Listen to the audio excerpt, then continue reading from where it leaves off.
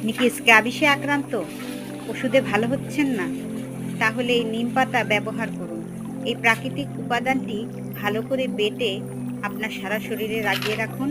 শুকিয়ে গেলে গোসল করে ফেলুন। আর সকালে বাসি পেটে ৭-৮টি নিমপাতা চিবিয়ে খেয়ে নিন। রাত্রে ঘুমানোর আগে ৭-৮টি নিমপাতা চিবিয়ে খেয়ে নিন। এভাবে নিজের চিকিৎসা প্রাকৃতিক উপায়ে করুন। দেখবেন স্ক্যাবিস ভালো হয়ে যাবে। আমি নিজেও স্ক্যাবিসে আক্রান্ত। আর আমি এভাবেই আমার নিজের চিকিৎসা করছি। আপনারাও করুন। প্রাকৃতিক উপাদানে কোনো প্রকার ক্ষতিকর কোনো দিক নেই, পার্শ্ব প্রতিক্রিয়া নেই। এভাবেই স্ক্যাবিস থেকে ভালো হওয়ার সম্ভাবনা অনেক বেশি। ওষুধে আপনি ভালো হতেও পারেন, নাও পারেন। ওষুধের থেকে কার্যকারিতা নিম পাতার অনেক বেশি পরীক্ষামূলকভাবে দেখা গেছে। স্ক্যাবিস থেকে মুক্ত হন।